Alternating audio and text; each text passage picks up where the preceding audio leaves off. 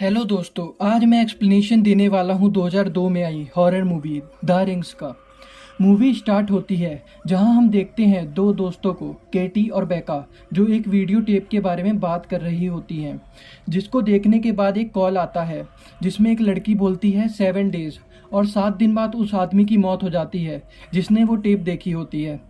तभी केटी बोलती है उसने अपने बॉयफ्रेंड जॉस के साथ वो टेप देखी है जब वो ट्रिप पर गए होते हैं, वो भी 7 दिन पहले, और उसके हिसाब से आज ही 7वां दिन है जब उसकी मौत होने वाली है। तभी अचानक से पास रखा टीवी अपने आप ऑन हो जाता है। केटी उसको बंद करती है और केटी को ऊपर रूम से पानी गिरने की आवाज़ आती है, और वो जैसे ही रूम खोलती है और बूम, अचानक से उसकी मौत हो जाती है। तभी सीन चेंज होता है जहां हम एक बच्चे को देखते हैं जिसका नाम एडन होता है। वो स्कूल में ड्राइंग बना रहा होता है जहां उसकी मॉम रिचल उसको लेने आती है। जहां उसकी टीचर उसकी मॉम से बोलती है, हम समझ सकते हैं एडन का उसकी कज़न केटी की मौत का बुरा असर उस पर पड़ा है, जो 3 दिन पहले ही मरी होती है। मतलब जो मूवी के स्टार्ट में लड़की मरी होती है केटी, वो एडन की कज़न सिस्टर होती है, जो एक दूसरे के बहुत ही ज़्यादा क्लोज होते हैं। और वो एक ड्राइंग दिखाती है जो एडन ने बनाई होती है केटी की मौत से 3 दिन पहले, मतलब 6 दिन पहले, जिसमें एक लड़की उसको मार रही होती है, जिसके बारे में रिचल एडन से पूछती है तो वह बोलता है केटी ने ही उसको बताया था कि वो मरने वाली है। सीन चेंज होता है और हम देखते हैं केटी का फ्यूनरल हो रहा होता है, जहां उसकी मॉम रिचल से उसकी मौत की इन्वेस्टिगेशन करने को कहती हैं, क्योंकि उनके हिसाब से उसकी डेथ बहुत अननेचुरल थी, जो अचानक दिल रुकने की वजह से हुई थी। ऐसा सिर्फ बूढ़े लोगों के साथ होता है, ना कि 16 साल की लड़की के साथ। जहां हमें यह भी पता लगता है कि बेका, जो उस रात केटी के साथ थी, वो भी पागल हो गई है और अभी वो मेंटल असाइलम में है। फिर रिचल केटी के कुछ दोस्तों से मिलती है, जहां उसके दोस्त उसको बताते हैं एक हफ्ते पहले केटी अपने दोस्तों के साथ शेल्टर माउंटेन इन गई थी, जहां उसने एक कर्स्ड टेप देखा था अपने 3 और दोस्तों के साथ। जहां सोचने वाली बात यह थी कि उन तीनों की भी डेथ हो गई थी। रिचल अगले दिन इन्वेस्टिगेशन करती है, जहां वो केटी के ट्रिप की फ़ोटो देखती है, जिसमें कुछ फ़ोटो तो ठीक रहती हैं, लेकिन कुछ फ़ोटो में फेस धुंधला आता है। रिचल को इन्वेस्टिगेशन करने के बाद बहुत इंटरेस्टिंग बात पता लगती है, जहां चारों बच्चों की मौत ठीक 10 बजे हुई होती है, जो कि काफ़ी अजीब होता है। इस बात का पता लगाने रिचल भी शेल्टर माउंटेन इन पहुंचती है, जहां वो भी उसी रूम में जाती है और वो भी वो कर्स्ड टेप देखती है, जिसमें एक बाल झाड़ती हुई औरत होती है, खिड़की पे खड़ा आदमी होता है, एक खाली चेयर, सीढ़ी, पानी में मरा हुआ घोड़ा और सुसाइड करती हुई लड़की, और रिंग के साथ यह टेप खत्म होती है। जिसके तुरंत बाद रिचल के पास रखे हुए फ़ोन में कॉल आता है, जिसमें एक लड़की बोलती है 7 डेज। रिचल डर के वहाँ से भाग जाती है। मतलब अब रिचल ने भी वो टेप देख ली थी जिसमें 7 दिन बाद उसकी भी मौत हो जाएगी। डे 1 थर्सडे, जहाँ रिचल अपने एक्स बॉयफ्रेंड नोहा को यह सब बताती है, पर वो नहीं मानता, तो वह उसको अपनी पिक खींचने को बोलती है, जिसमें उसका फेस धुंधला आ रहा होता है। नोहा भी रिचल से जिद करके वो कर्स्ड टेप देख लेता है, क्योंकि उसको यह सब मजाक लग रहा होता है, उसको यह सब पे विश्वास नहीं होता। तभी उसके पास रखे हुए फ़ोन पे भी कॉल आता है, जिसको रिचल उठाने नहीं देती। डे 2 फ्राइडे, जहां नोहा और रिचल टेप की इन्वेस्टिगेशन करते हैं, पर उस टेप में कोई रिकॉर्ड ही नहीं होता, मतलब सब नंबर धुंधले होते हैं। यह ऐसा है जैसे एक आदमी बिना फिंगरप्रिंट के हुआ हो। वहाँ रिचल उस टेप की एक कॉपी बनाती है, जो एक टेप नोहा को देती है इन्वेस्टिगेशन को, और दूसरी अपने पास रखती है ताकि उससे कुछ पता लगा सके। डे 3 मतलब थर्सडे, जहाँ हम देखते हैं रिचल मेंटल असाइलम में होती है बेका के साथ, जो उस रात केटी के साथ होती है जब उसकी मौत हुई होती है। उसके मरने के बाद ही वो पागल हो गई है और अब वो मेंटल असाइलम में है। रिचल उससे पूछती है केटी की मौत कैसे हुई, तुम उसके साथ थी, तुम ये बता सकती हो। जिस पे वह बोलती है वो तुमको बताएगी 4 दिन बाद, मतलब आज तीसरा दिन था रिचल को टेप देखे हुए, मतलब 4 दिन और थे रिचल के पास। रिचल वहाँ से घर जाती है, वो फिर से वो कर्स्ड टेप देखती है, जहाँ बहुत ढूंढने पर उसको एक लाइट हाउस दिखता है और वो उसका प्रिंट आउट निकाल लेती है। डे 4 संडे में हम रिचल को देखते हैं लाइब्रेरी में, जहाँ वो उस लाइट हाउस को ढूंढ रही होती है, जहाँ उसको वैसा ही एक लाइट हाउस मिलता है जो कि मैक्सिको में होता है, जहाँ उसको फोटो में वही औरत दिखती है जिसका नाम एना मॉर्गन होता है, जो वीडियो में बाल झाड़ रही होती है। जहाँ बहुत ढूंढने पर उसको पता लगता है एना मॉर्गन एक अवार्ड विनिंग हॉर्स बियरर है, जो घोड़े पालती थी, और अचानक से उसके घोड़ों की मौत होने लगती है, जो पागल होकर मरने लगते हैं। जिसके कुछ दिन बाद एना भी पागल हो जाती है और उसको मेंटल असाइलम भेज दिया गया होता है। जहाँ कुछ दिन बाद उसने भी सुसाइड कर लिया था, जहाँ उसको एना मॉर्गन की बेटी समारा के बारे में भी पता लगता है।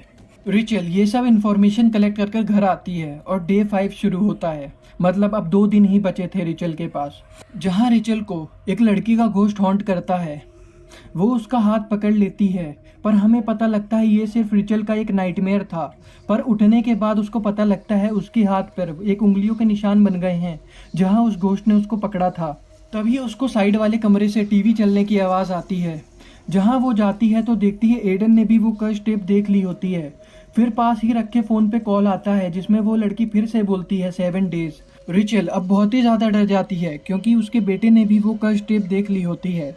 रिचल नोआ को तुरंत कॉल करती है। वो उसको मेंटल असाइलम जाने को बोलती है, जहाँ एना मॉर्गन को भेजा गया था उसके पागल होने के बाद। और रिचल बोलती है मैं मॉर्गन के घर जाऊंगी, क्योंकि उनके पास ज़्यादा टाइम नहीं होता है। डे 6 ट्यूसडे, जहाँ हम रिचल को देखते हैं जो मॉर्गन के घर पर होती है, जहाँ उसको एना मॉर्गन का हस्बैंड मिलता है, जो अपनी बेटी और वाइफ के बारे में कुछ बात ही नहीं करना चाहता और वो उसको घर से भगा देता है। फिर रिचल एना मॉर्गन की डॉक्टर से मिलती है, जो उनको बताती है एना मॉर्गन हमेशा से अपना एक बच्चा चाहती थी, पर उसको बच्चा हो ही नहीं सकता था। फिर वो दोनों एक बच्ची को लेकर आए थे जिसका नाम समारा होता है, जिसके आने पर घर में कुछ अजीब सी चीज़ें होने लगती है और उनका घर पूरी तरीके से बर्बाद हो जाता है। उनके घोड़े पागल होकर मरने लगते हैं और एना भी कुछ दिन में पागल हो जाती है। फिर हम नोहा को देखते हैं जो मेंटल असाइलम में होता है, जिसको समारा के बारे में पता लगता है, जो एना मॉर्गन की बेटी होती है, और वो भी उसी असाइलम में एडमिट होती है जहां एना मॉर्गन होती है। जहां डॉक्टर से पता करने पर उसको पता लगता है कि उसका एक टेप भी बनाया गया था। जब वो उस टेप को लेने जाता है तो उसको पता लगता है उसके फादर रिचर्ड मॉर्गन पहले ही उस टेप को ले जा चुके हैं। फिर हम रिचल को देखते हैं जो रात में चुपके से मॉर्गन के घर में घुसती है, जहां वो वही टेप देखती है जो रिचल मॉर्गन मेंटल असाइलम से लाए होते हैं समारा की, जिसमें हमें पता लगता है समारा कभी सोती ही नहीं थी मेंटल असाइलम में, वो बस बोलती थी, वो उसको सोने नहीं देते हैं। जहां वो बोलती हैं उसके पापा उससे प्यार नहीं करते, उनको बस अपने घोड़े से प्यार है। अभी हम पीछे देखते हैं जहाँ रिचर्ड मॉर्गन ये सब करते हुए रिचल को देख रहे होते हैं। वो पीछे से रिचल को मारते हैं और टेप उठाकर ऊपर ले जाते हैं, जहां वो खुद को करंट लगाकर मार लेते हैं, यह बोलकर कि अब वो चैन से सो सकेंगे। जहां हमें पता लगता है समारा उनको भी रात में सोने नहीं देती थी। इतने में नोहा वहां आ जाता है। रिचल बहुत डरी होती है और हम देखते हैं वो दोनों घोड़े के अस्तबल में जाते हैं, जहां उनको सीढ़ी दिखती है जो कि वीडियो टेप में भी होती है, और अस्तबल में ही ऊपर एक बच्ची का रूम होता है जहां वो समारा को रखते थे, मतलब वो अस्तबल में समारा को रखते थे। वहां उनको दीवार के पीछे एक पेड़ की फोटो दिखती है, जिस पर रिचल बोलती है उसने यह पेड़ देखा है शेल्टर माउंटेन इन में, मतलब वहीं जहां से ये सब शुरू हुआ था। 7वां दिन, रिचल की मौत का दिन, और रिचल घूम फिर के वहीं आ गई होती है जहाँ से यह सब शुरू हुआ होता है, मतलब शेल्टर माउंटेन इन में। वो दोनों उस रूम की तहकीकात करते हैं, जहाँ बहुत ढूंढने के बाद वहाँ कारपेट के नीचे रिंग का निशान दिखता है। वो वहाँ पर तोड़ते हैं, जहाँ तोड़ने पर उनको एक कुआं दिखता है जो कि रिंग शेप का ही होता है। वो उसको खोलकर देख ही रहे होते हैं कि तभी 10 बज जाते हैं और रिचल की मौत का टाइम आ गया होता है। तभी वहाँ पे पास में रखा टीवी ऑन होकर अपने आप उड़ता हुआ रिचल को आकर लगता है और रिचल कुएं में जाके गिरती है। जहाँ हम कुएं का सीन देखते हैं, रिचल के हाथ में एक टॉर्च रहता है, तभी उसके हाथों में किसी का बाल आता है और नीचे से एक हाथ भी आता है जो कि उसको पानी में खींच लेता है। जहाँ सीन चेंज होता है और हम समारा को देखते हैं जो उसी कुएं के पास खड़ी होती है और एना उसके पीछे से आती है और उसको कुएं में फेंक देती है। सीन वापस से ही रिचल पे शिफ्ट होता है, मतलब समारा उसको यह सब विजन दिखा रही होती है अपनी मौत का। लाइट मारने पर रिचल को सामने खरोच के निशान दिखते हैं, जिसमें वहाँ उसको समारा का नाखून भी मिलता है, मतलब वो जिंदा थी जब उसको फेंका गया और उसने निकलने की भी बहुत कोशिश की होगी, तभी उसका नाखून वहाँ रह गया। तभी अचानक से समारा की बॉडी उसके हाथ में आती है, जिसको वो लोग ले जाके जला देते हैं और उनको लगता है सब ठीक हो गया। लेकिन अगले दिन हम एडन को देखते हैं जिसकी नाक में से खून आ रहा होता है और उसके हाथ पे भी वही निशान होता है, जिसमें वो बोलता है रिचल से कि आपने उसकी मदद की, क्योंकि वो कभी नहीं सोती और किसी को भी नहीं सोने देगी। अब उनको पता चलता है कि कुछ नहीं ठीक हुआ है, सब वैसा ही है। वो तुरंत नोहा को कॉल करती हैं, पर वो कॉल नहीं उठाता, क्योंकि नोहा ने रिचल के टेप देखने के एक दिन बाद वो टेप देखी थी और आज उसकी मौत का दिन था। हम देखते हैं जहां नोहा अपनी चेयर पे बैठ के कुछ काम कर रहा होता है, तभी वहां टीवी अचानक से ऑन हो जाता है और उसको वही कुआं दिखता है जिसमें से समारा टीवी के बाहर आ जाती है और वो नोहा को बहुत बुरी तरीके से मार देती है। इतने में रिचल भी वहां आ जाती है, पर तब तक बहुत देर हो गई होती है। समारा ने नोहा को मार दिया होता है, जहां रिचल नोहा को देखकर बहुत डर जाती है और कहती है, मुझे क्यों नहीं मारा तुमने समारा। और मन ही मन में सोचने लगती है कि मैंने ऐसा क्या किया था जो नोहा ने नहीं किया, क्यों उसको मार दिया।